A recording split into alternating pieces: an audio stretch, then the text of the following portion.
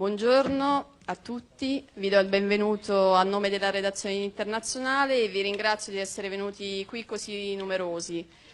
Siamo qui per parlare di Africa e lo faremo attraverso le nuove voci della cultura africana. Abbiamo tantissimi ospiti, come vedete, e ve li presento brevemente.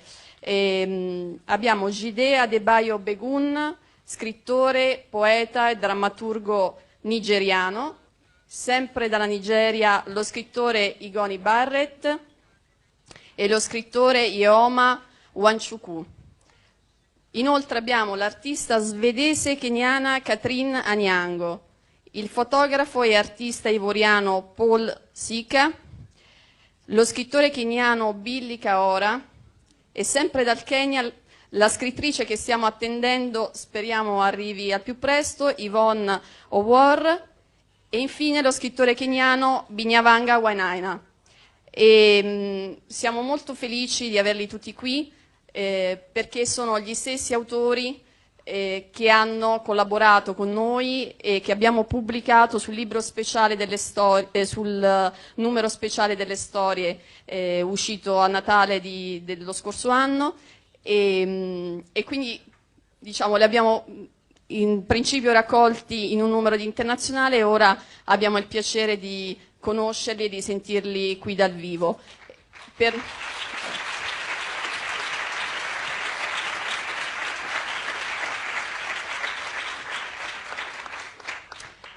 Modera per noi la giornalista e scrittrice italo-somala Igiaba Scego. Ora vi lascio, vi auguro buon ascolto e vi annuncio già che, avrete modo di ascoltarli abbastanza a lungo per un'oretta e mezza almeno, visto che sono tanti, e poi ci sarà uno spazio anche per delle brevi domande. Grazie mille, buon ascolto.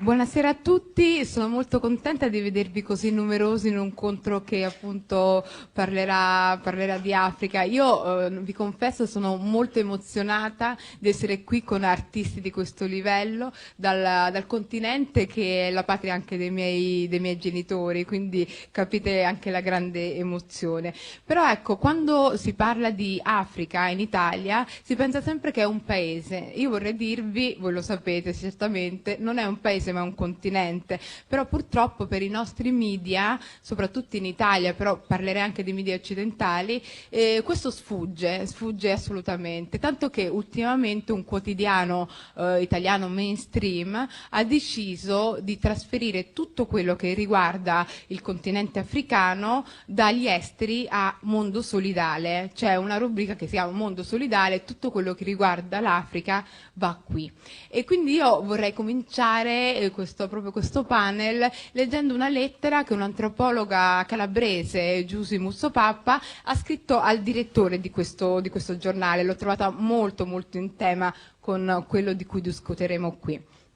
Gentile direttore, sono un po' perplessa della scelta fatta nella versione online del suo quotidiano di espellere le vicende del continente africano dalla sezione esteri e relegarle a quella Mondo Solidale. Naturalmente non quando si tratta di Libia o di primavere arabe, ma il Nord Africa in qualche modo è già da tempo considerato non Africa. Parlo dell'Africa subsahariana, quell'immenso continente dove accadono fatti, non solo guerre, badate bene, né catastrofi o genocidi, di rilevanza spesso mondiale, che fatico a inquadrare nella categoria di mondo solidale, che istintivamente rimanda a questioni legate alla cooperazione, agli aiuti umanitari, alla solidarietà, ma non a questioni relative invece alla geopolitica, all'economia, alla finanza. In questo momento i primi due articoli della suddetta rubrica parlano di Sud Sudan e di Somalia. Certo, il focus sono i conflitti nei due paesi, ma parlandone in una rubrica che si occupa al tempo stesso di cooperazione, assistenza e volontariato, l'impressione che se ne ricava è che l'approccio alla gestione, all'eventuale soluzione a queste vicende può essere soltanto umanitario. Ci sono dei conflitti in atto, si mobilita la Croce Rossa o le ONG e non una parola sulle questioni politiche, su cosa determini questi conflitti, sulle posizioni della comunità internazionale al riguardo, su negoziati o contatti diplomatici in corso. Si parla solo di assistenza post-catastrofe.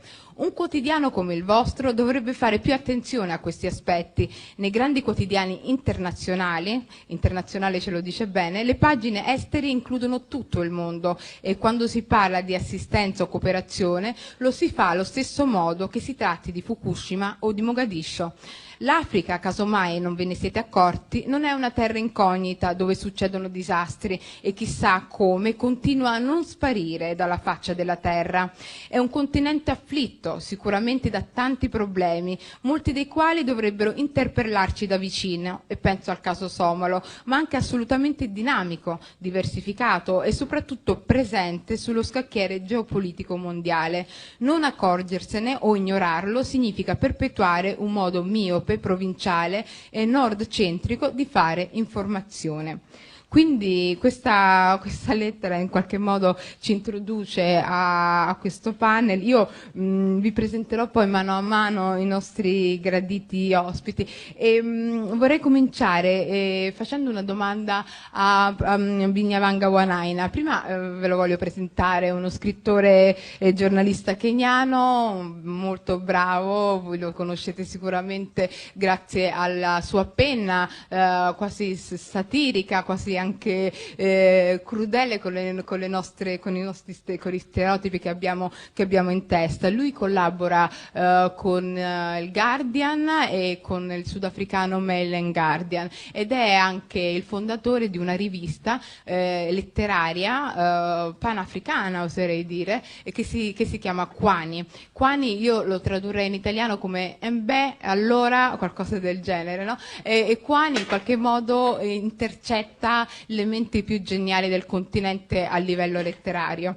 Ecco, nell'editoriale pubblicato su questo numero speciale sull'Africa di Internazionale, Binyavanga dice: le forze del bene sono vive vegete, stanno affrontando quelle del male e usciranno più forti dalla battaglia. Nelle onnipresente narrazione della miseria dell'Africa, gli occidentali parlano troppo poco di quanto le nostre lotte ci hanno reso più forte.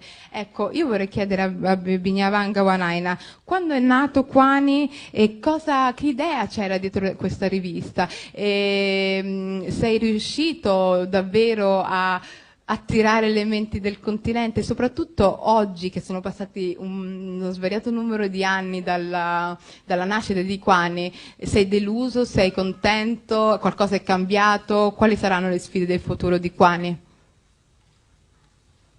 Thank you. First, I'd like to start off by expressing my clear and ambiguous solidarity with the Africans in Libya, the sub-Saharan Africans living in Libya and the rest of... Oh, sorry. Express my solidarity with the Africans living in Libya and North Africa who've been going through a terrible time as part of the Arab Spring, which of course is a wonderful thing, and as well with the toxic and insane immigration policies of Italy and Europe. Second, I'd like to say, in context to the letter you just read, that, in reality, we are just going to look at it like this. As China grows, and they can have a more honest and upfront and direct kinds of partnerships with us and India, we look to them. It's starting to happen in the intellectual world, it's happening in the cultural world, it's happening in the business world. It's not that China is a savior, but we can talk to them. And it's been a long time since we've had any ability to talk with any meaningful way with Europe. That's going to be a feature of politics as it comes. Deal with it, guys, or not, but we moved away already. And so, let me, about Kwani. The editor of Kwani is here. Billy Kahora was sitting over there. Really kind of exceptional editor and writer. I'll just say that what Kwani is, I guess, more than anything else apart from magazine or anything else, is it's a network. I was very fortunate to be part of a small network of people who were trying to produce exceptional work in the early turn of the century.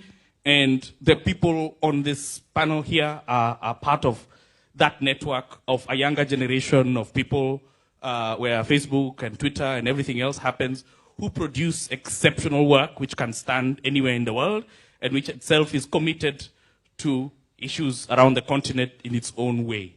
That's what Kwani has stood for. That's what we published right from the beginning. That's what we've continued to publish.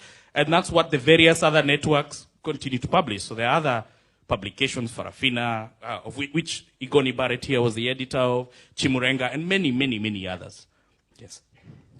Poi io vorrei aggiungere anche che Binyavanga Wainaina ha appena pubblicato questo libro, One Day I Will Write About This Place. Spero che verrà anche tradotto presto in italiano. Ti faccio una domanda al volo su questo libro. Come mai hai scelto la forma del memoir? Perché è una storia di vita, la tua storia. Come mai hai sentito questa esigenza? I wanted to write in the present tense. It wasn't really a memoir initially. It was supposed to be some kind of travel book, but I felt I liked that intimate style. I wanted to talk about our generation in a certain sense. I'm 40 years old. I finished high school the year the Berlin Wall fell down. We are the children of the IMF conditionalities. We are the children of the collapse of the middle class in Africa in the 90s, a collapse of Somalia and different countries. That's been who we are. But I also wanted to write about the middle class that I was brought up in, the people who are part of the building of new nations that were serious projects. And those serious projects are projects we take seriously. But at the same time, just simply to share that world with the world, play with language, talk about the beginnings of becoming a writer. I really wanted to play and take some kind of personal ownership of the English language. Yeah. Ok, grazie Vigna. Invece adesso vorrei chiedere una domanda a Bill Kahora. Grazie. Vi presento un attimo. Billy Kahora è il managing editor della rivista Kwani, anche lui è uno scrittore e giornalista, e ha anche viaggiato molto in Africa, ha vissuto 8 anni in Sudafrica e quindi l'Africa la conosce da vicino, non soltanto il suo paese di origine. Poi con Kwani in qualche modo questa conoscenza si è aumentata esponenzialmente. Ecco, volevo ricordare di Billy Kahora le 2 opere, The True Story of David Munyeki e lo script del film Soul Boy. Quindi voi dovete sapere che tutti i nostri amici qui sono dei personaggi alla Leonardo da Vinci, fanno tutti tante cose, dunque veramente è incredibile quante cose si possono fare nel continente. Ecco, a Billy vorrei fare una domanda un po' letteraria, io volevo sapere se la scrittura per te era un fatto privato o più una scrittura sociale, e se effettivamente lo scrittore africano è libero di scrivere quello che vuole. Ti faccio questa domanda e ti faccio anche una piccola premessa. Io ero andata recentemente a un convegno a Stoccolma dove c'era uno scrittore maliano, vestito anche molto in abiti tradizionali, che a un certo punto in un panel come questo si è alzato e ha detto: io ho un'aspirazione, vorrei scrivere le cronache di Narnia, e tutti si sono messi a ridere. E in realtà poi lui l'ha spiegato bene, ha detto che i folletti, gli elfi, i gnomi, i nani, quello che vediamo nel Signore degli Anelli o in Narnia appunto, sono riserva dei bianchi. Ai neri non è permesso scrivere fantascienza, fantasy o anche recentemente gialli in qualche modo. Il mercato editoriale ci permette, diceva il ragazzo, lo scrittore, di scrivere di altro, di guerre, di colonialismo. Allora mi chiedo, c'è vera libertà per uno scrittore africano oggi? Il mercato lo permette? Thanks for your question. I think once we talk about markets, a comment from the filmmaker from Burkina Faso, Sembene Ousmane, comes to mind when he said that my markets are elsewhere, but my audience is local. And when it comes to my own writing or the kind of work we look at, I think always you're concentrating, I think, on a local audience. And you concentrate on these audiences by making sure that you create the contexts that are as close to where you come from are, at least for me personally. But at the same time, you take into consideration a lot of market realities, because like every writer, you hope that your work is read out there. I think the answer also lies in the technical aspects and what we struggle with. I think for myself as a writer, what I find is, how do you write in a place that doesn't seem to have been formatted and that has all sorts of challenges? So we are coming from a history that's, I think, both colonial and that is a lot of West, is hugely influenced by the West. So there's that big challenge for you to find your own voice as a writer. The other thing is that we come from a certain kind of, and I think Binyavanga mentioned this, certain kind of nationalisms, certain kind of educations, certain kind of modernisms that are pushed in such ways. So how do you find your own voice? And I think all these things that I've mentioned form a context. But ultimately, you've got to recognize those contexts and put those contexts out there, but at the same time, you've got to find a singular voice that actually challenges these things. And I think for me, ultimately, that's the beauty of it, and that's the challenge of it. Now, in terms of, if you can figure out those questions, which I think are pretty technical, it comes down once again to, which is something quite universal. What's a really good story? So if the story is, I remember this story I wrote about 2 years ago, which actually used a gorilla as a central character. There are no gorillas in Kenya. There's that whole thing. But for me, it just came down to, how do you tell a story that reverberates with people? And I think ultimately it's the fantastical elements or these big elements that are not based on realism that actually show some of the conditions, which some have described as pretty absurd. Yeah, thank you. Grazie. Invece la prossima domanda è per Olujide Adebayo-Begun. Olujide è uno scrittore nigeriano e anche lui fa mille cose, tra cui l'agricoltore, ho scoperto, magari poi ci darà anche delle dritte su questo. È insegnante, copywriter e naturalmente scrittore. Su Internazionale è uscito questo bellissimo racconto che parla di una relazione amicale ma anche un po' complicata tra un ragazzo che sogna di diventare un imam e un insegnante più grande di 10 anni che in realtà è innamorato di lui. Quindi io volevo chiederti come mai hai scelto questi due temi comunque controversi, che sono appunto quasi il problema non chiamerei problema, direi più che altro il conflitto religioso che c'è in Nigeria attraverso appunto questo personaggio di questo ragazzo, e comunque l'omosessualità, che è un tema poco affrontato in generale nelle letterature del sud del mondo. Quindi come mai hai scelto questo tema e come vorresti affrontarlo magari in futuro? Okay, thank you very much. I chose the topic because, to start with, that is what I find of interest. A writer once said that for him there are 3 topics: religion, sex, and art.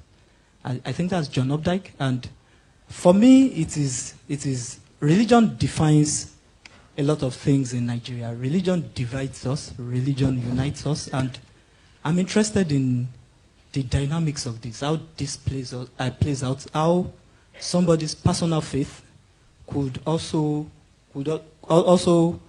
moves into a greater dynamic. Like, religion is intensely private in one hand and also very public in the other hand, and of course it also creates tension. I wanted to use the medium of fiction to explore that, to test the possibilities of a relationship between otherwise diverse, different people, and how that would play out eventually.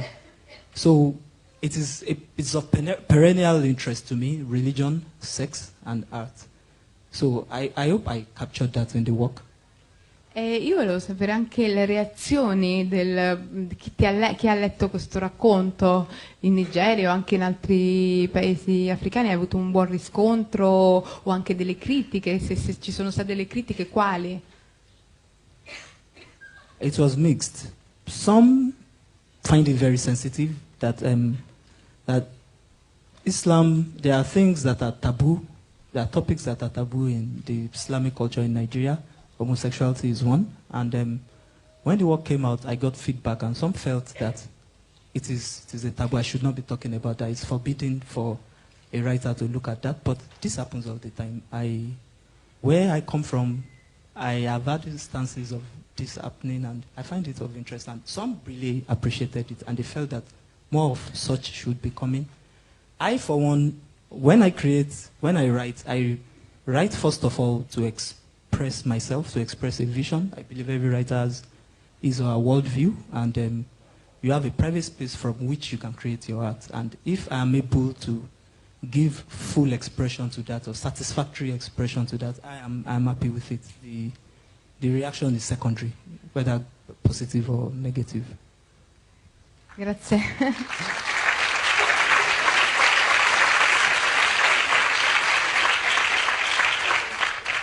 Igoni Barrett è diciamo un prodotto quasi panafricano in un certo senso, mamma nigeriana, papà giamaicano, papà anche scrittore, che comunque ha influenzato moltissime, l'ultima generazione almeno di scrittori in Nigeria. La sua collection che ha avuto molto successo si intitola From Caves of Rotten Teeth, di cui è stato tratto anche il racconto che troviamo su Internazionale. E a Igoni vorrei chiedere quanto gli africani conoscono gli altri africani, perché a me succede molto spesso di camminare per Roma, incontrare senegalesi o anche nigeriani o altri che mi chiedono se c'è ancora la guerra in Somalia, e quando gli dicono che continua mi guardano: ma davvero?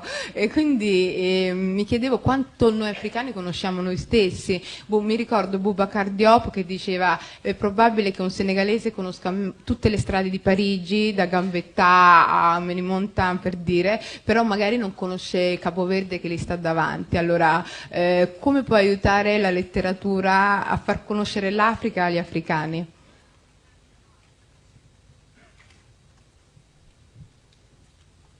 I can't speak for the whole of Africa, but one of the ways literature can help is that writers are interested in pinning places down in I'll speak about fiction because that's what I know most.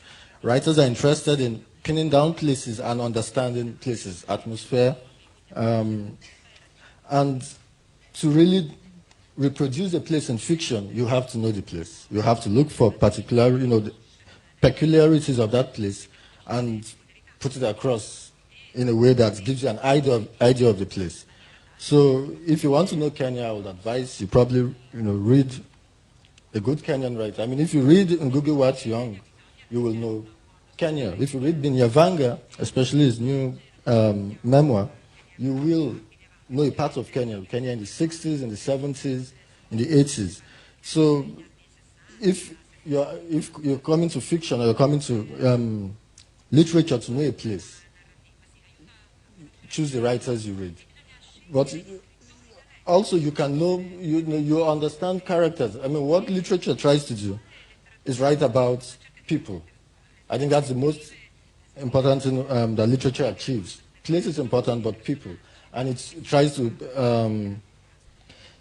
give people life. I mean, when you watch TV, you get images of Africa that gives people an impression of Africa. You get images of Sudan, or you get images of Somalia. But in Somalia and in Sudan, there are other aspects that don't make it onto the news. And a lot of times, writers are interested in those aspects, as well as the bad stories.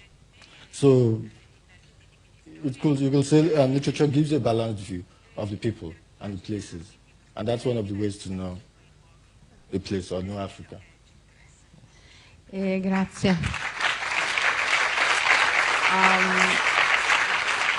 Io in questo momento vorrei fare una piccola nota di servizio ai tecnici, perché dobbiamo proiettare le immagini di Anyango, perché intanto che i punti tecnici si preparano vi presento Katrin. Katrin è kenyata svedese, vive a Londra e praticamente anche lei è una Leonardo da Vinci in un certo senso, è illustratrice, filmmaker, fumettista, art director, insegna alla Royal College of Art, e ho scoperto che è un'esperta anche di Philip Dick, quindi, e si è confrontata con un testo molto complicato, soprattutto per chi ha origini nel continente, che Cuore di Tenebra di Conrad ha fatto un'adattazione e ha pubblicato questa graphic novel su Cuore di Tenebra.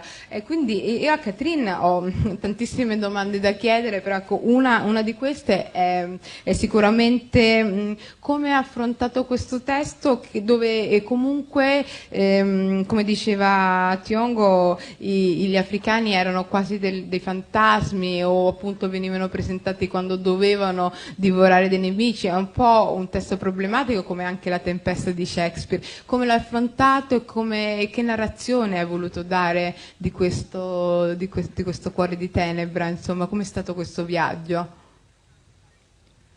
Ma non si vede niente comunque. Oh, thank you. Should I wait for them to start Sì, going? non so, questo ce lo diranno? Okay. Sì.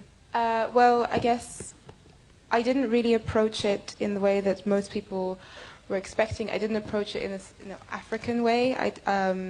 For me, Heart of Darkness is an extremely beautiful text, and I was really interested in making a book that used visual metaphors to underline what I thought were Conrad's themes. And the first two images that kind of drew me in were both at the very start, he's sitting on a boat telling the story to us, and there's a lighthouse which is flashing on and off, so his face is illuminated and then it's dark. And then later in the book we have an image of flies crowding around a light bulb, and this is in the Congo, and they're crowding around the light bulb to such an extent that the light cannot shine through. And what I enjoyed, you can just scroll through them without me putting your neck. What attracted me to those images was I felt he was using the idea of intermittent light and darkness as an overall metaphor, not something which was just occurring in the Congo, nor over in England. And for me, I know there's a lot of critique of the book, that it's got racist undertones and this kind of thing, but I really feel he brings a very universal application of the idea of light and darkness. He says that everybody can be evil, everybody can be, very human, and in bringing together the Congolese and the Westerners, I think he achieves a much more honest depiction of what he's trying to say. There's a lot of, currently and historically, there's always a lot of rhetoric surrounding the communication of how we should integrate Africa and the West. There's a lot of words that go around, and maybe we're doing it here today as well. But I think what Conrad was doing was making a very, very honest plea to put everyone on the same level. And by doing this, he offended a lot of people, because the way he did it was to say that, this is a quote from the book, the suspicion of the Congolese not being inhuman really thrilled him. And, obviously people say, well, why would he think they're human? But he had just encountered them, it was the first time. And for him to be open to being attracted to something he didn't know, I think is a much better way of eventually coming together than sort of, I don't know how much the minutiae of British politics comes to Italy, but David Cameron our Prime Minister has a very famous line called "hug a hoodie," which basically means, our problem children, you should go and give them a hug. And David Cameron is never going to hug a hoodie. It's a useless phrase. But with Conrad, he's really trying, I think. And I feel like that kind of honesty has a good place here. And so I was trying to make the book a beautiful object which people would want to encounter, so that we'd kind of become more open like that. Grazie mille.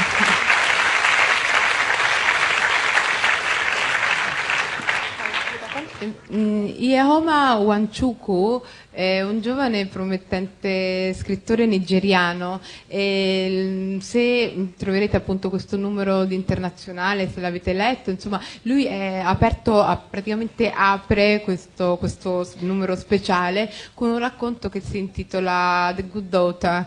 Ed è un racconto bellissimo perché lui si è messo nei panni di una giovane donna, siamo appunto dopo, quasi subito dopo la guerra del Biafra, una giovane donna che ha un passato difficile, cioè era stata venduta come schiava dalla sua famiglia.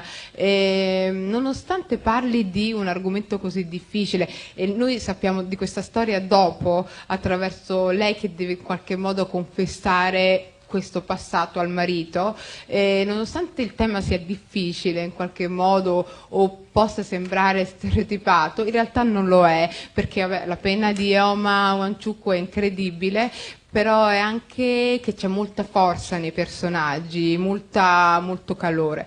E quindi io la domanda che ti vorrei fare è proprio questa: come hai fatto a vestire così bene i panni di una donna, un po' come Flaubert con Madame Bovary, no? Quando diceva Bovary c'est moi, ma anche come possono le donne oggi in Africa cavalcare questa ondata, questo nuovo inizio di cui parlava appunto Binyavanga Wainaina.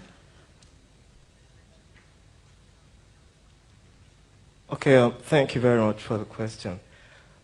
Basically, when I write, I see myself as a character writer, and I try to, like, say, become a character when I'm writing. And most times, I tend to want to write in front of a mirror. And what I do is to write in stages when I do this, and also because when I'm basically just walking on the road and studying people. And so this is how I think it was possible for me. It didn't become like a success until I had finished the work. It wasn't like I had a formula for it. Of course, like writing is always a journey. When you start writing, you never know what you're going to accomplish. And it was just a journey that I saw succeed.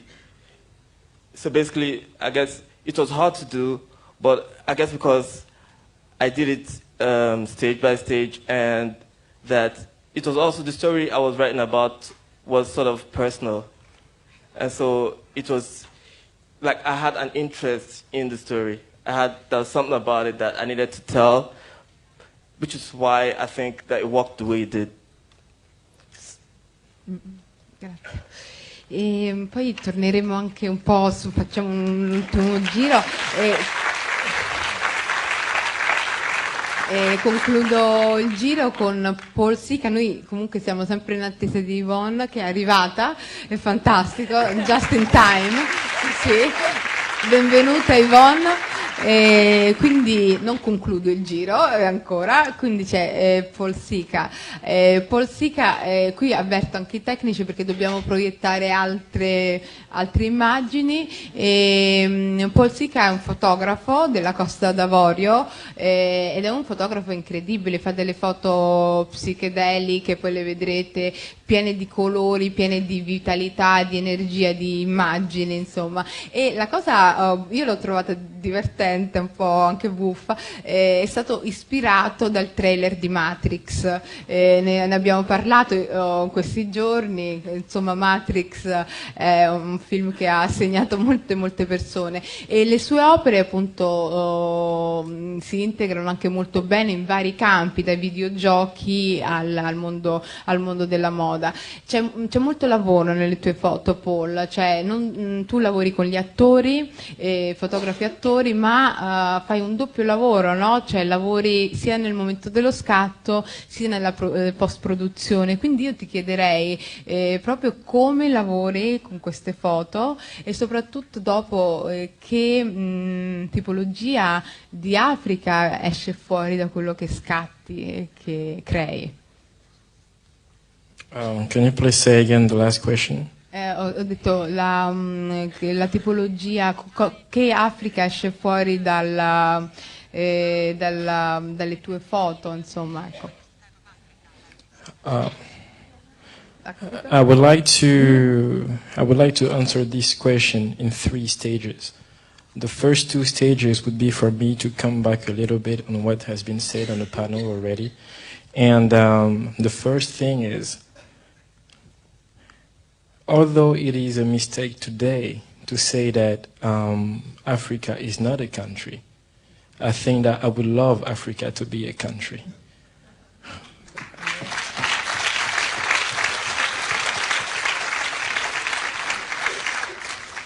And I would love a woman to be the president of the United States of Africa.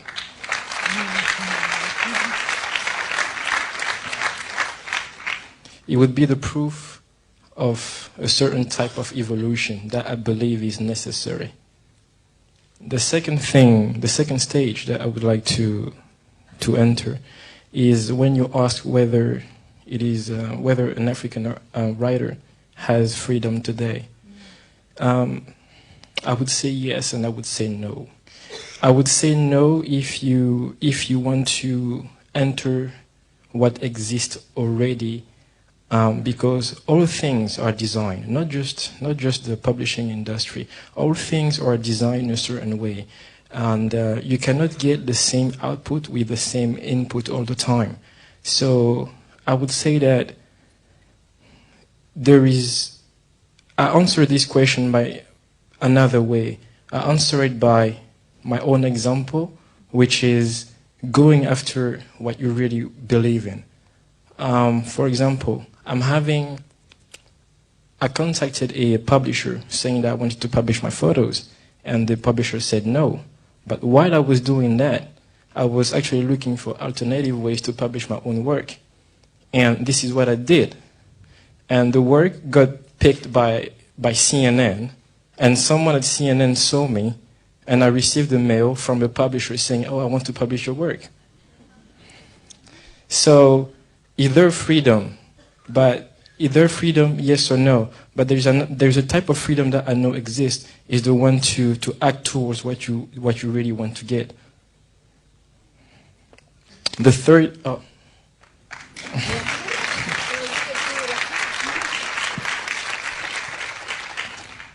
The third stage of my answer is to directly reply to what you asked, is what type of Africa am I portraying? Well, the type of Africa that I want to see is an Africa that is united. It is an Africa that goes beyond boundaries. It is an Africa that understands what it is, that understands what is the purpose of the physicality of what we call Africa. It is an Africa that understands that in a way you have as many Africas as you have people perceiving that thing you call Africa. And that I've looked for a lot of things in my life, ambitions here and there, but the more I grew up, and the more I was interested in what was essential, what was the essence of things, what was the one best thing that I could do. And this question, I realized, was attaining perfection. Perfection not in matter, but perfection in the soul, because all things material are changing, eternally changing, but the universal values are always there. Before and after we're here, they'll still be there. So in that quest for the greatest thing that I could attain, because I believe it is possible, it is clear in my mind, for me, the Africa has become, I understand it, as a context, as a departing point in a journey to reach the final stage of evolution. This is how I see Africa. So I do not see it as good or evil. If I had to describe it in those terms, I would say good and evil. But at the same time, it is what I make of it in a way that defines what it is. So, what is Africa? There is the context, there is where I live, there is what people say, there is what people show of it, but there is also the dream of it, the African dream. And even the African dream can be discussed of at many stages. But the one that I cling onto, the one that I gaze at, is that of perfection, where I'm free of all boundaries, that I could have been taught to live and breathe when I was born, is to break out of the illusion. This is the Africa that I'm looking for.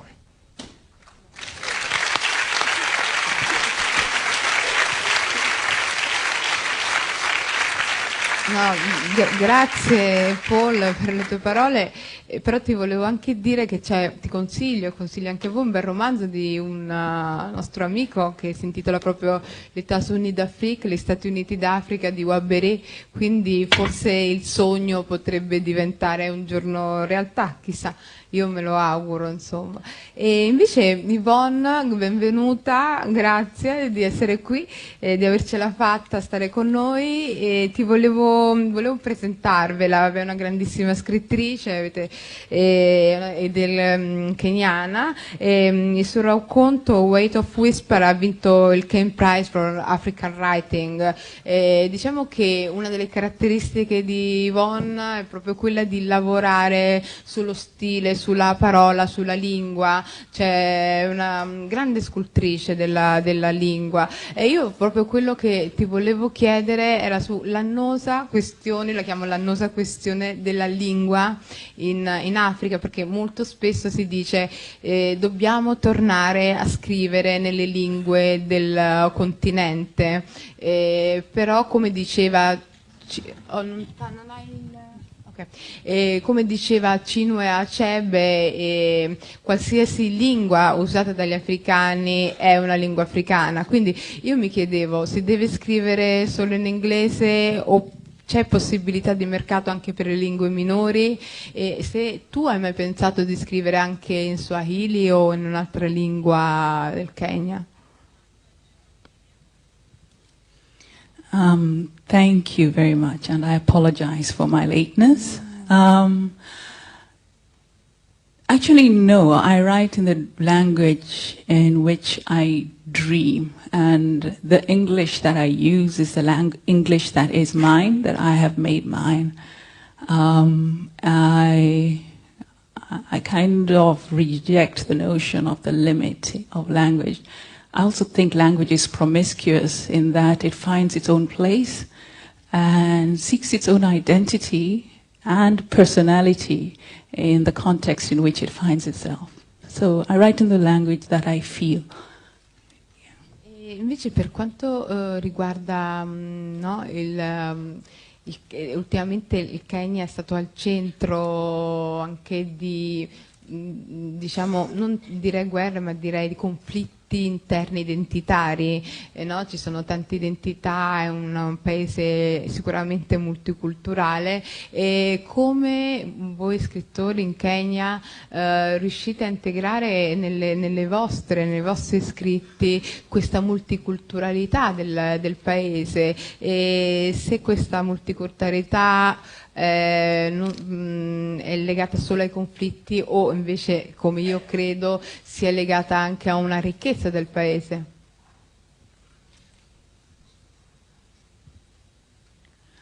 That's an interesting question, only because it's a situation in which we find ourselves, I think, exploring. It's a crucible in which we find ourselves right now. Our multicultural face, our multiple identities, our, in a very positive sense, our schizophrenia.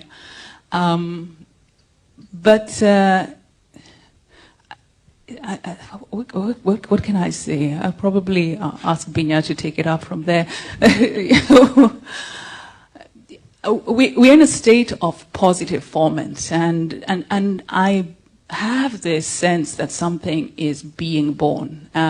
We're in the place where we are seeking the thing called Kenya. And the thing called Kenya is made up of these multiple dimensions, multiple peoples, multiple cultures, multiple selves. And so it's not necessarily a negative thing, this tension that gives birth to something new, something fresh, a different way of looking, or another way of looking, and perhaps another way of also identifying who we are from within. Yeah. Grazie.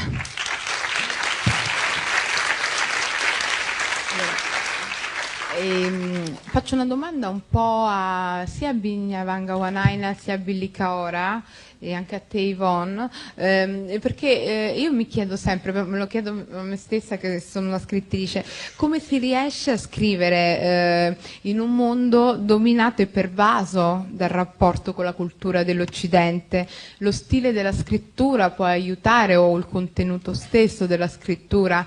Vi chiedo questo perché mi ricordo di un vecchio racconto di Toni Morrison che si intitolava Recitative, e dove parla appunto di due bambine, e fino alla fine nessuno sa quale sia la bambina nera e la bambina bianca. Toni Morrison non usa dei codici identificativi, non dice la bambina nera va al cinema, la bambina bianca va alla latteria, ma non usa i codici. Allora, quindi come si fa a scrivere in un mondo che è pervaso comunque di cultura occidentale e a cui, volenti o nolenti, noi comunque sottostiamo, nel bene e nel male ci siamo dentro? Chi vuole cominciare? Billy, Binyavanga?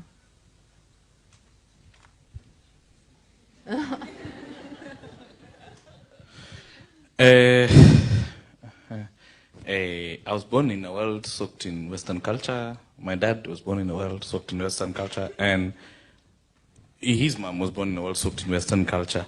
I'm not very happy about the situation. I'm quite looking forward to the day you're all going to be sitting in the world soaked in my culture, and it's coming. So let me put it. I guess that there are certain questions about being an African writing in the diaspora. There are certain questions about being an African born in a country that was formerly a colony in the sense of Kenya in this particular sense. And there are a lot of questions of language. I feel personally, strongly, that the place called Kenya and its hinterland will never achieve full fruition until people in Turkana are producing films, plays, movies, and whatever other forms of art work and cultural work and economic work that fulfills their idea. I feel that those 70 cultures and languages, which are some of the oldest in the world, the Turkana people as a cultural entity are one of the oldest cultural entities in the world as we know it. Those are never going to go away. There'll be no imperialism that will ever remove. If there's a feature of Africa that people do not actually engage in, is that it's the one place that could not be conquered. It may have been colonized, but it wasn't conquered. No language has managed to dominate it. You'll go there where people have become evolués, francophone, Italiaphone, whoever phone, Haile Selassie, whatever you want to call it, yeah? It's made very little impression on very, very many deep and fundamental things. Those will be there. So based on what has happened in the last 3 or 4 years, I think it's becoming clear to everybody that the season of market capitalism, market madness, that the season of post-World War II, kind of Euro, NATO, something is kind of over. And we are looking for a new season. For me, certainly, I feel, whether we are aware of it or not, as we grow older, as a generation of people, that's the world we shall know, and that will engage our imaginations. That's where I'm really interested in. But at the same time, we are people who want to speak to and with the world with the tools that we do. I don't think that the novel has any permanence in the universe. We might be doing Turkana podcasts in 50 years, I don't know. So when you put it in that sort of context, you start to understand that there's no vanity of self-importance. If this new world is showing us what it is the the forms of who is in the center of what are all kind of withering away. I'd say that's what I had to say about that.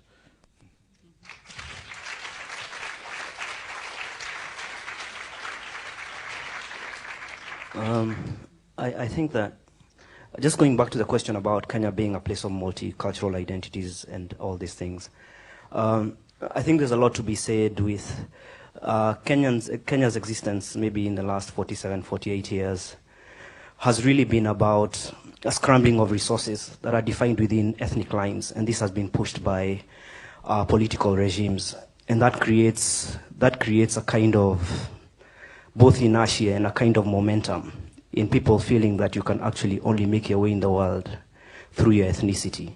But the reality is beyond that, the reality is beyond the political and the economical, is that people growing up in urban areas are not so much aware of that. So they only come to learn that they are of different ethnicities or different cultures within, I think, a political and economic space during that place.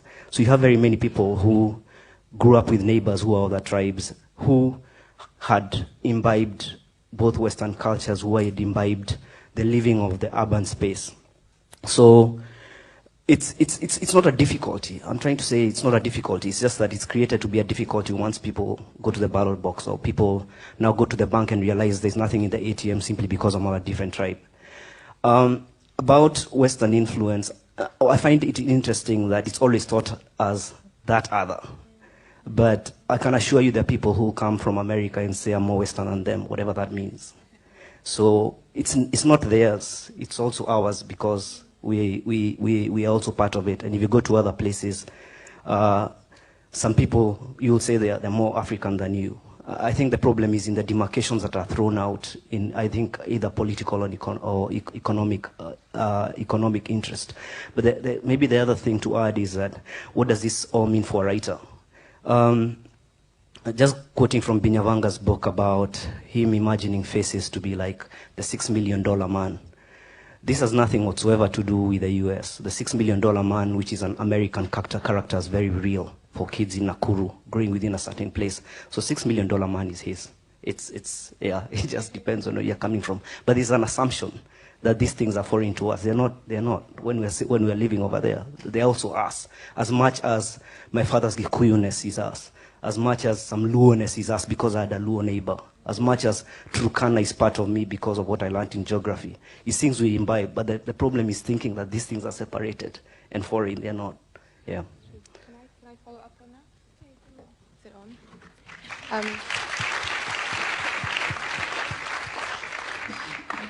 I just wanted to follow up on what Billy is saying, because I feel that very strongly sometimes culture can be very divisive. And if we took this to an extreme and abandoned all culture, opened all borders, sort of celebrated homogeneity a little bit, surely instead of celebrating difference, the world would find a sort of natural settling ground. And then who knows what would come after that.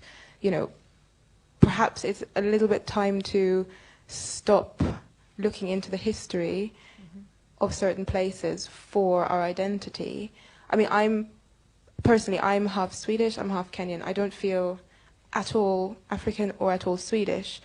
I enjoy being myself, and I don't feel that my work needs to address either side. And I just would like to see an experiment where we abandoned how we feel about history and made the world into one homogeneous blob.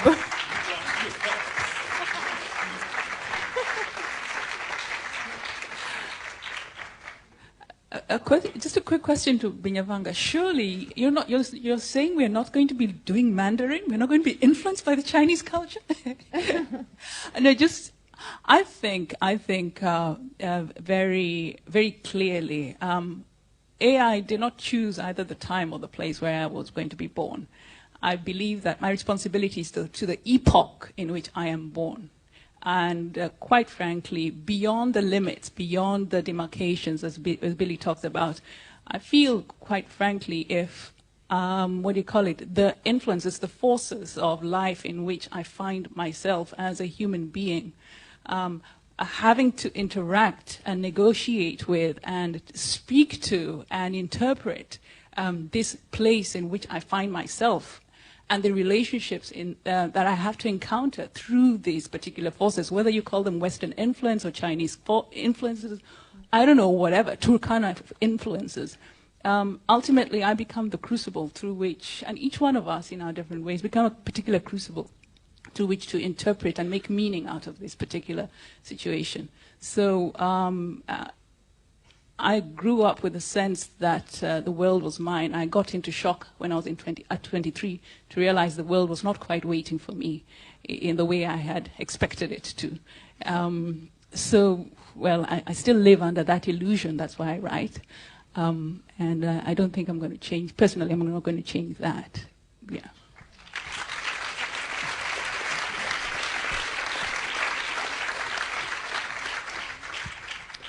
La Nigeria, sapete, è un grandissimo paese con grandissime risorse, però purtroppo a volte non si riescono a sfruttare le risorse che hai dentro per tutte le multinazionali che in qualche modo affamano il paese, però appunto è uno dei paesi che ha dato alla letteratura, credo, dei grandissimi artisti, pensiamo a Soyinka o a Kensoro Wiwa, però ho notato che in Nigeria c'è un dibattito che è molto italiano, cioè molti nigeriani decidono di andare all'estero per avere delle opportunità in più. Quello che un po' succede anche qui, i giovani in Italia non hanno opportunità in Italia e quindi vanno a cercare fortuna all'estero, Parigi, New York, Berlino, eccetera, sono pienissime di italiani. Io ho ritrovato un testo appunto di Igoni Barrett dove ha denunciato questa fuga dei cervelli,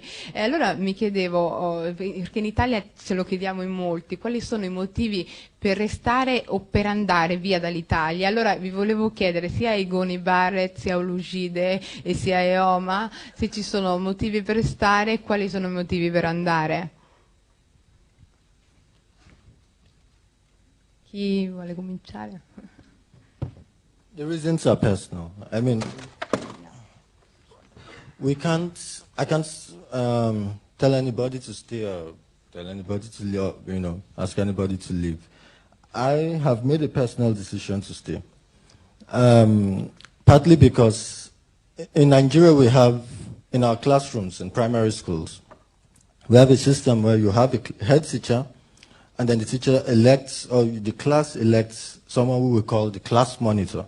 Now the job of the class monitor is to take care of the class, to supervise the class when the teacher leaves. But that election is by students in the class. And there is a saying that when your class monitor is a stupid person, it doesn't matter how intelligent you are in that class, you are stupid. And I'll put that in the national context. When our leaders are brutes in many cases, then it is our fault. We can't blame anybody. We can't blame the colonialists, we can't blame Western powers, we can't blame Shell. It is our fault ultimately. And so at some point you have to make decisions to stay. Because no matter, I've stayed too long in Nigeria to leave now to ever fully become Italian if I wanted to come here. To ever fully become American. Because my experiences, I can't even fully become Jamaican even though my father's Jamaican. I can't understand Jamaicans where they speak. So I am Nigerian whether I like it or not. And so I've made a decision to stay and take charge of my country, take charge of my destiny, and do the bit I can.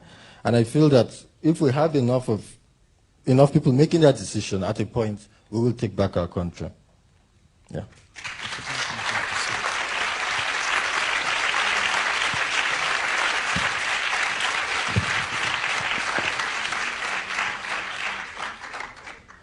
To add to what Igoni said, I think with this problem, it's always very easy to come up with intellectual answers. Like you want to say, it's easy to tell people to stay in the country.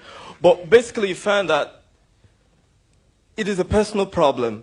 If you find yourself on the streets and you can't fend for yourself, you want the immediate thing to do is to want to leave.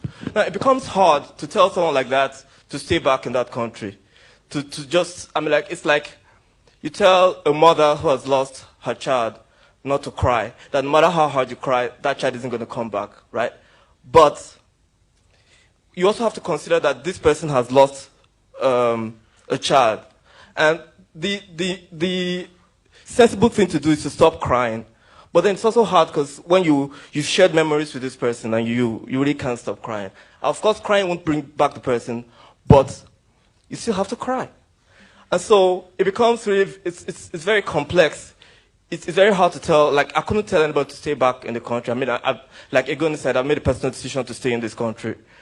But if you want to leave, it's basically up to you. And also, I think that this also boils down to the problem of leadership in Nigeria.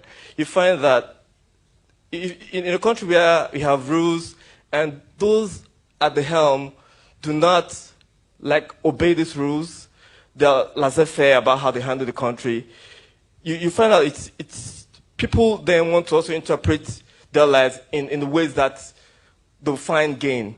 Because, I mean, I think that basically in my country, the thing is that when a person is employed to a position of authority, they are there for personal gain. So when you feel that those at the top are not taking care of you, it becomes hard to tell somebody like that to stay back in that country. It's almost like sadistic, like you're asking them to like stay back. Like, how can I stay back when I need to fend for myself? It's really very hard to do. And I think I would not want to really, I mean, I could tell somebody to, look, it would be best, I mean, it's sensible to stay back and solve this problem. But if those at the top do not start taking charge of this country the way it is supposed to, they're supposed to, and then, if they don't start to take charge, and then people, because basically people learn from their leaders, right? And if those at the top do not start to take charge the way they're supposed to, it's going to be hard to ask people to just stay back. And you know, I think it's a personal decision for everybody. I would like to add something quickly, then Jide would like to speak about it. I'd like to say, I should also add some color to that big picture. In certain states in Nigeria, Nigeria has a state system. A federal system, a state system. And in several states in Nigeria, changes are beginning to happen. You know, in Lagos, where I live, which is the economic capital of Nigeria, government is beginning to become more responsive to individuals. And you feel you are part of government. You can make changes. You can demand, change. And what I said basically was, in the end, as an artist, it's difficult to make that because you want, as a writer, you want to produce work, and you will go where? I mean, Conrad went to the UK because so I cannot tell any artist or any professional not to go wherever they want to go. But at some point, change. I mean, I sat in on the Egyptian panel yesterday. And I know it is coming in sub-Saharan Africa. There will be a point we will get tired. Enough of us will get tired and we'll go on the streets and we'll demand change. And it will come. I don't think, because the leaders are from us. They're from the people. They didn't come from outer space. They didn't drop in our laps. So at some point we will get tired and we'll put the right leaders there. And it started, changes started coming. I mean, today is my country's Independence Day, by the way. We are 51 years today. So, okay, and at the same time, we've had, thank you. At the same time, we've had 11 years, over 10 years of democracy. The military cannot come back again. We've had, for the first time, in a long time, a new president who, on the whole, is incompetent. But he's a break from the past. He's not an ex-military man. For many years, it's been military men ruling. Also, that change has happened. And the man who comes after that will be a new person. And eventually, in 20 years, in 50 years, in maybe 100 years, we will, at some point, truly become the giant of Africa, as we like to claim we are. Okay. Io volevo soltanto dirvi se Olujide può essere giusto un po' più breve, così do anche la parola a Paul Sika e poi è il vostro turno di fare le domande, perché vorrei che il pubblico vi facesse delle domande, quindi se riusciamo a essere nei tempi. All right. I think he said he wanted to add some color to the big picture, but the world essentially is a very lonely place.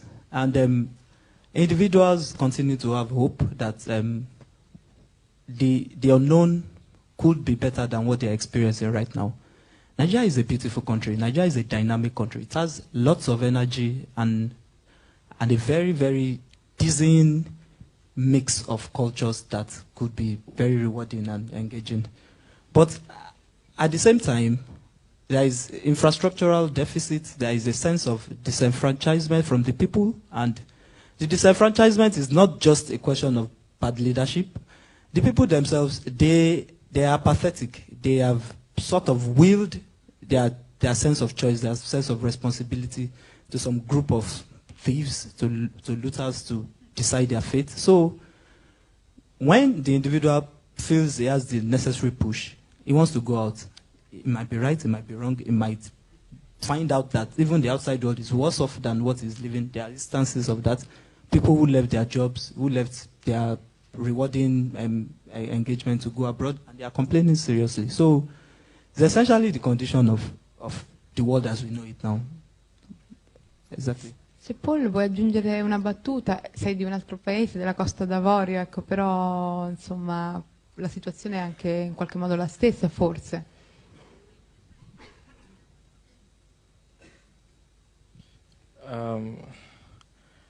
I wouldn't say that I'm the best person to speak of the political structure of Ivory Coast. Although I have hope for a peaceful state, I have a lot of hope for a peaceful state. I believe that with what we have known a couple of months ago, we are starting to understand that it's not through armed conflicts that we're going to resolve certain issues, and that certain issues, in a way, have to be resolved inside first.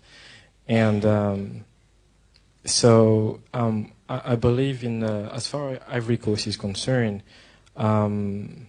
maybe you don't know, but there is a Dialogue, Truth and Reconciliation Commission that was officially installed by the President on the 28th of September, that's just a couple of days ago. I have hope for this institution, as long as the President of this institution, Charles Konambani, manages to make it what you call it, separate from political parties and political motivations.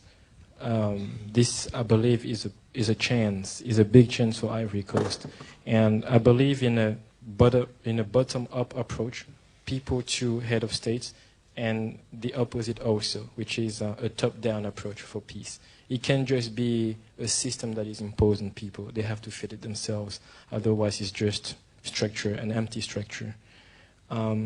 If I can bounce off something that Igoni said about the student, the chief of the class, there is something that I can say about, that I can also take at national level, is that democracy is not a system that works everywhere anyway. Because for the simple reason is that democracy is about numbers. And numbers, quantity is not and will never be quality.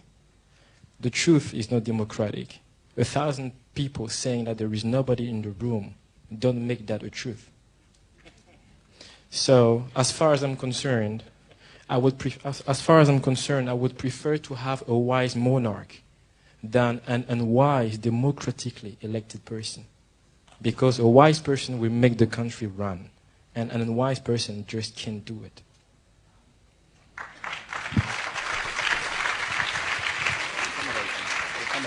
Io vuoi aggiungere, perché volevo, se vuoi aggiungere una battuta molto veloce. Do you want to add something? Want to tell something? Only. Yeah. Well, go on.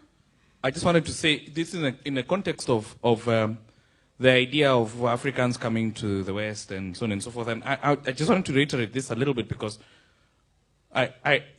it's clear from anybody who can open any broadcast that almost all politics in Europe right now are revolving around immigration. And your infrastructures and paranoia seem completely driven by this madness. If there's madness in Sarah Palin and Osama bin Laden, that's the madness of Europe. And it is mad, and it's going to kill a lot of people. and cause a lot of problems. Fine. For me, it is, I think, an important thing as a writer to reiterate the idea that every epic of almost every society is about those who live. That Zinjanthropus ate, had shelter, and migrated. It's the urge to migrate and move vast distances and explore your dreams and imagination is something that comes before Homo sapiens. It's in the record. It is not the containment of borders and nation states has been attempted and will fail. It will fail very badly.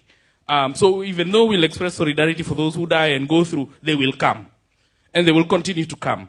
So I do not subscribe to the idea that Africans should not come to the West and stay home. Because that idea itself really is just convenient to European politics. They'll come. And you won't stop it. In fact, you won't stop just one person who wants to come. Unfortunately. They'll get on a boat, they'll swim, they'll travel, and so on and so forth. And the fossil record shows it, of even monkeys that we were descended from. So,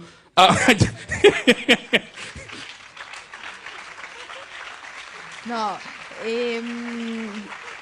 grazie a tutti voi, insomma. Io a questo punto tocca a voi pubblico fare qualche domanda, abbiamo tantissimi artisti, abbiamo messo sul piatto tantissimi argomenti, quindi abbiamo credo 20 minuti, e quindi più o meno. C'è qualcuno che vuole rompere il ghiaccio?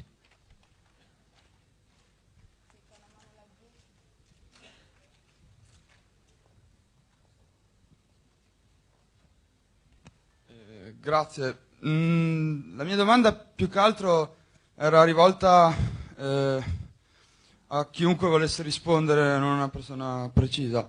Volevo chiedere cosa pensate sia meglio che venga fatto da parte nostra, dall'Occidente stesso, per aiutare voi, cioè se ritenete che un intervento possa aiutarvi, o non intendo militare, intendo generalmente un aiuto anche umanitario, sia più efficace, o rischi solamente di andare a ostacolare un processo che dovreste fare da soli.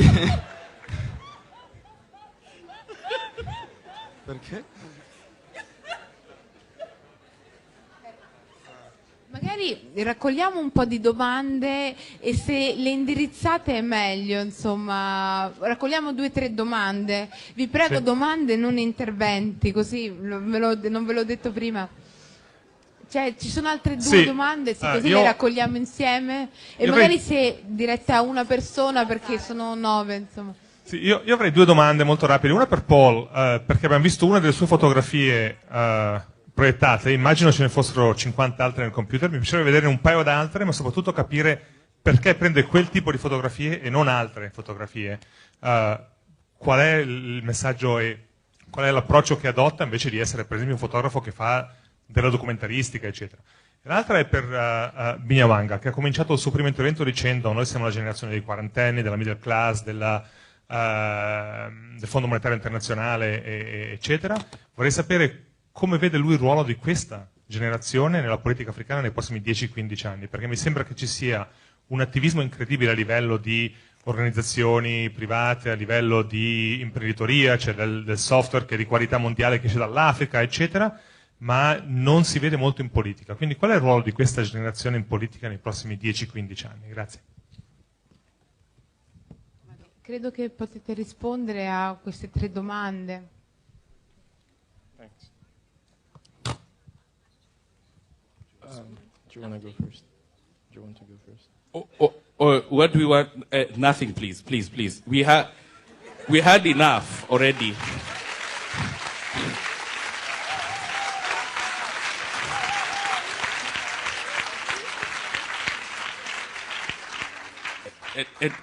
Just please tell Sarkozy, especially right now, because he's the one who's getting frisky. We get very nervous when you people get excited about asking those sorts of questions. It always causes havoc. So it's okay. We're fine. Thanks. As far as I think that's a really good question about what's the idea of the political responsibility of our generation, which we kind of suddenly landed upon the idea. All of a sudden, I'm like, oh, you mean those old people, when the whole thing was burning up in Kenya, I was calling my dad and said, do something, because I was 38 years old and you kept feeling it's their job. So what has happened is that we are coming of age. The people who were born after independence, in Nigeria 51, that person born that day. In Kenya is their 40s. The Ghanaian is 55, I think, is having prostate cancer now. But the challenges are strong. There have been good times, there have been bad times. I will say that if there has been a measure of some kind of success, is that in the 40 to 50 years that these nation states have existed, through the ups and the downs, there's become a substantial educated class and a growing intelligentsia that has increasing diversity within the continent and its diaspora, and these things feed each other. I feel like it's very early to tell what shape those nations are going to look like. Some borders will crumble, some will merge, some won't. I feel like since 1885 to this day, who and what controls the resources is not clear. And now we have new forces in play. I feel like the breaking up of these Cold War alliances and whatever those things are, and the rise of the East, which is, when I came to Germany, I came to Germany a couple of years ago, and they were like, we are bringing African presidents and cultural people to talk, and then everyone who are the important German politicians were saying, instead of asking us, what do we do together? They kept asking, but what about China? But what about China? I'm like, oh, so they wanted to come and ask us, but what about China? So there are all these things happening. It's going to be a turbulent century. We all know this. It started that way. It's going to continue that way. And the forces of turbulence are going to sweep us in new things being born and in bad things happening. I feel that that's what's going to be our challenge as intellectuals and writers and artists. Is going to be part of what new is being born, to be help define, to be producer of new ideas for a world that is bankrupt of them and for a continent that needs them.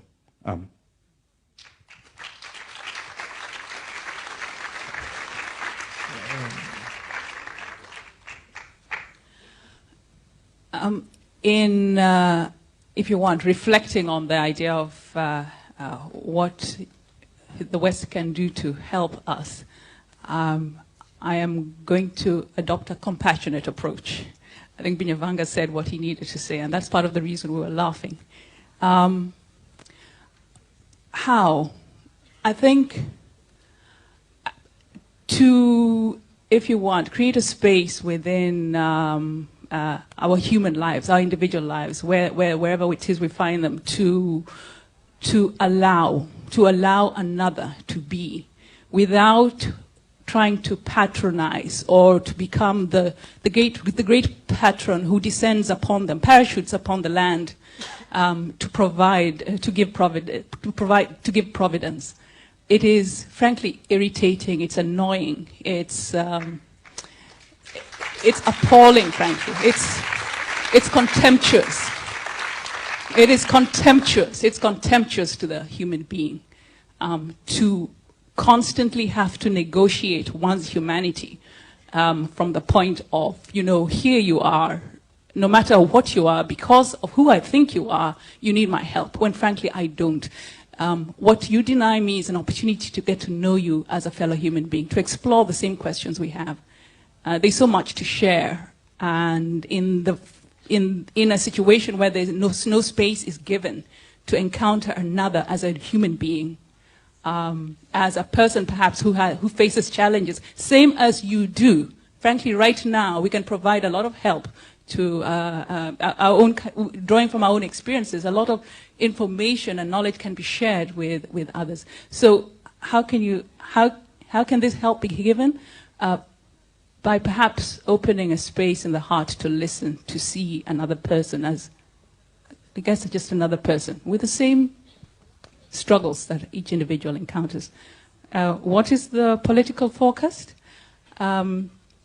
I suspect that we shall have to start learning Mandarin soon. I have no problem with that. I have absolutely no problem with that.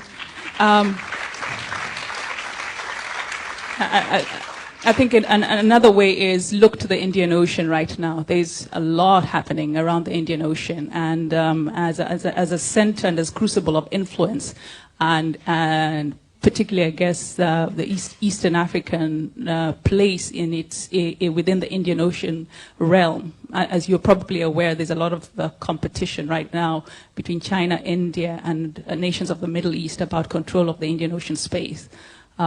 Look to that particular region as well in terms of seeing what will emerge.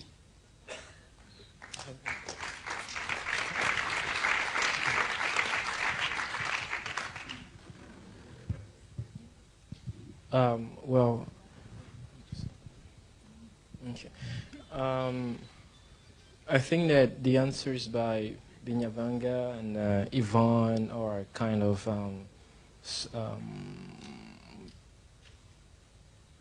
making the circle go round.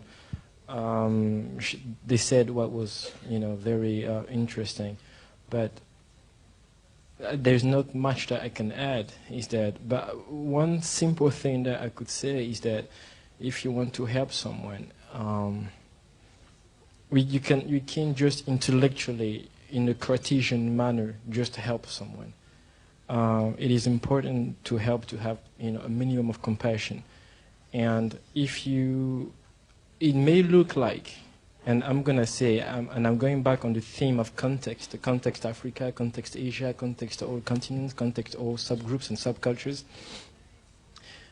Sometimes it may look like the other needs our help, but many times it is ourselves we need that.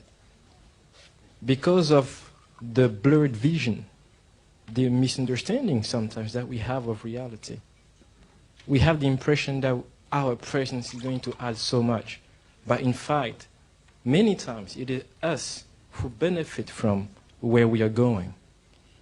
When people have less than you, there is opportunity to learn humility. When people have...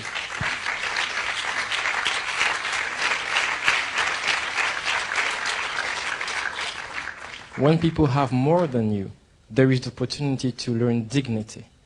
And it is all of those values that I've called universals, universal values, that as human beings we're here to learn. There are some things that are just byproducts of those choices. But what happens in the material world is not the most important. What happens in the immaterial world is the essence of things. So let's collaborate. Let's...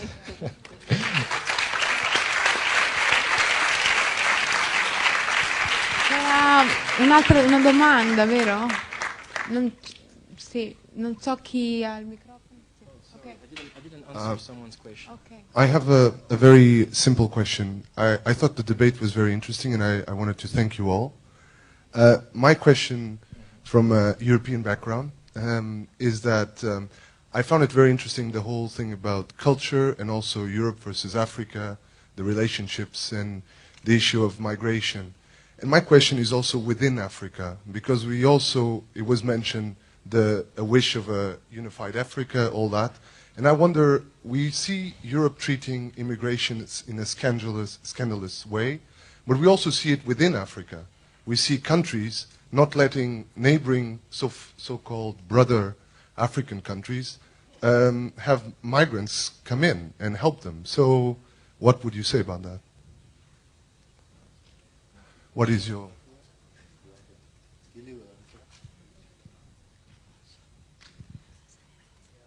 Posso unirmi alla domanda? Grazie, vi ringrazio tutti. Volevo fare una domanda riguardo alla diffusione della vostra arte e della vostra cultura tra il popolo.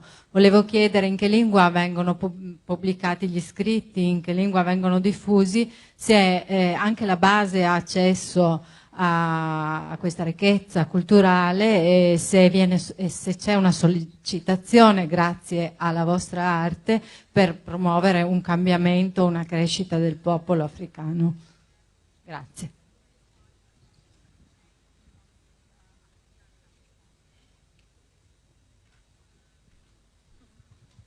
Buongiorno. Okay.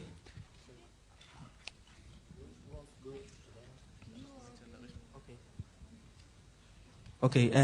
I think that the purpose for my art, I get weary of trying to create art that will change people.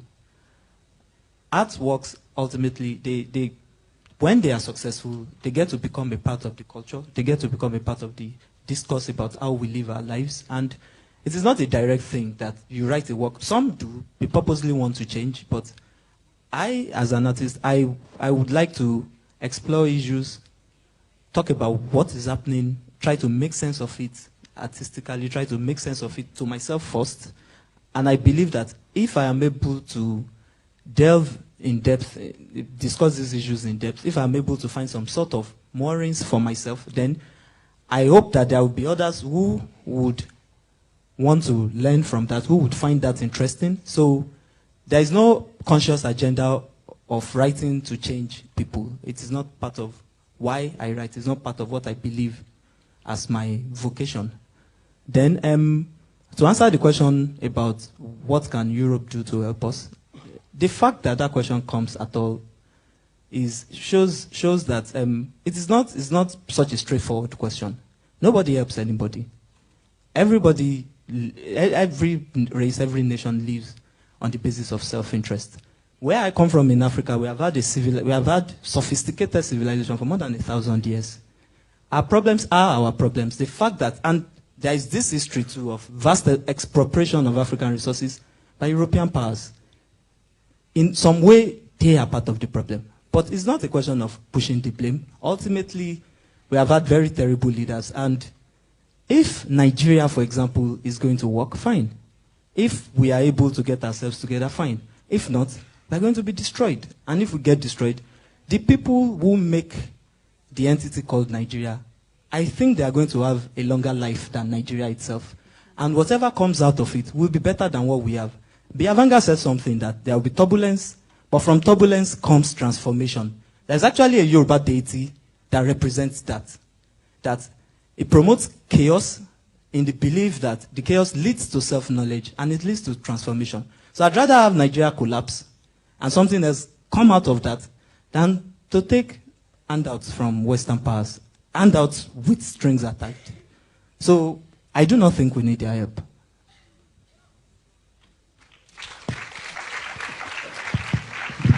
I find the question about how African nations treat each other and immigrants very interesting. But for me, I think within East Africa, boundaries are only important in terms of, are only important to the state as long as they have political or economic significance, which is to say, the boundaries that are created by colonialism have not interrupted interactions within communities whenever those communities were cut off. And I think this also applies to, I think, West Africa. This has applied to Kenya between Somali communities. This has applied between Kenya and Tanzania when you come to the Maasai communities. This has applied to the communities around the Lake Victoria. The issue becomes when you have to go to an airport to go somewhere else.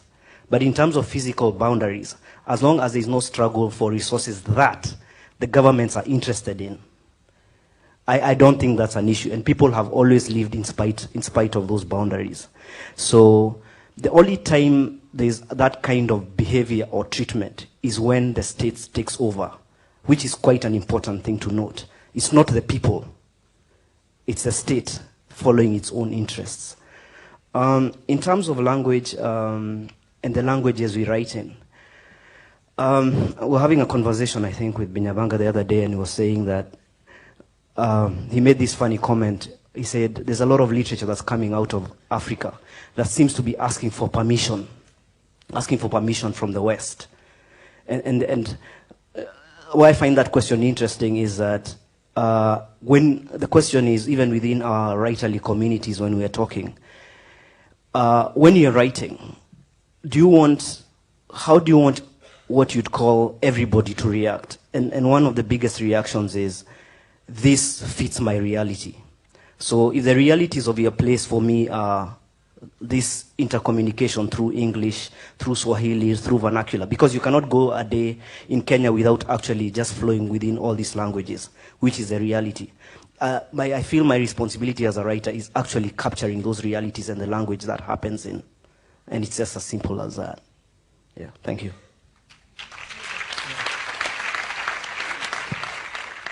There is a senior man over there who asked me a question, but I haven't answered yet, and I haven't forgotten.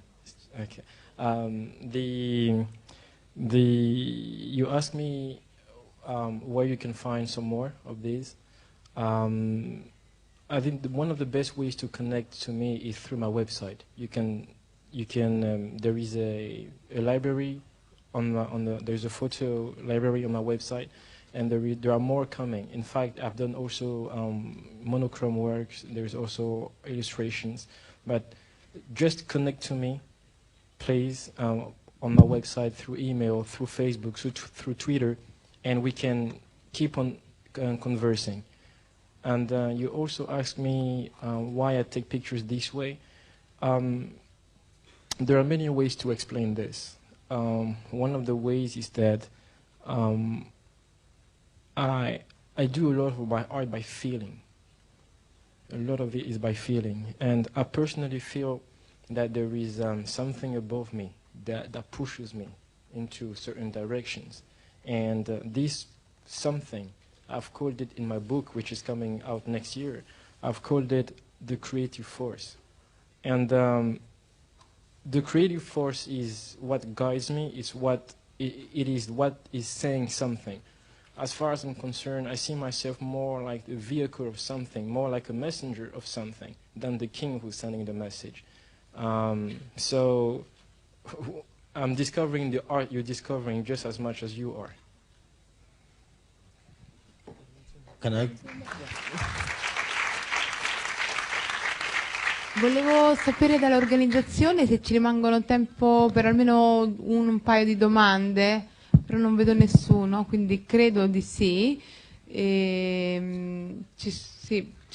Buongiorno.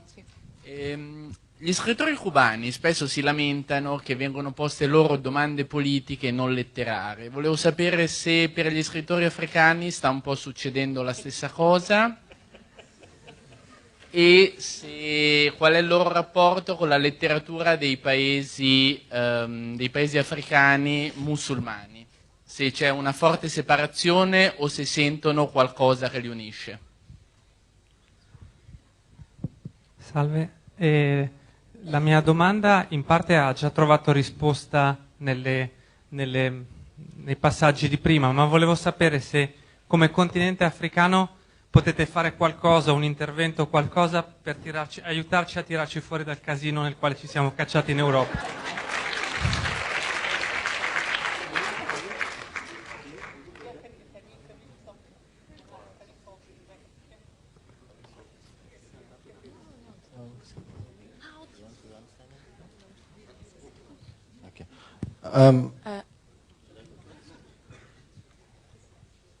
I would like to answer about our relationship to literature and the so-called divisions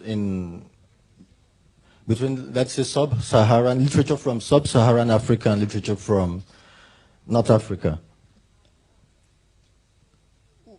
You could say it's the language. I mean, there are divisions, and it's basically the language, because most North African writers write in Arabic.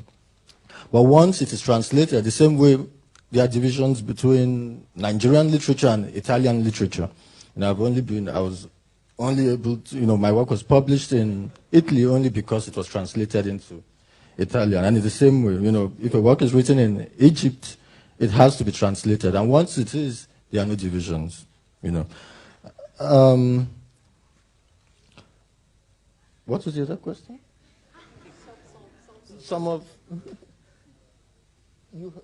Jide had mentioned it's not the work of writers to be prophets. In the end, after years, if your work enters the canon and it can be called prophetic. But no writer, or if as a writer, I feel this strongly that if you sit down intending to write that great prophetic work, you probably will miss it. You hope you will get something, but in the end, you are exploring for yourself. You're trying to answer questions that matter to you. And if you get it right, if it comes together, then it helps humanity. And that's, I feel, the only way we can, help. And essentially we're helping ourselves, and then, that once you help yourself, you're helping humanity. So I can't write a book about solving the economic situation in Italy, but...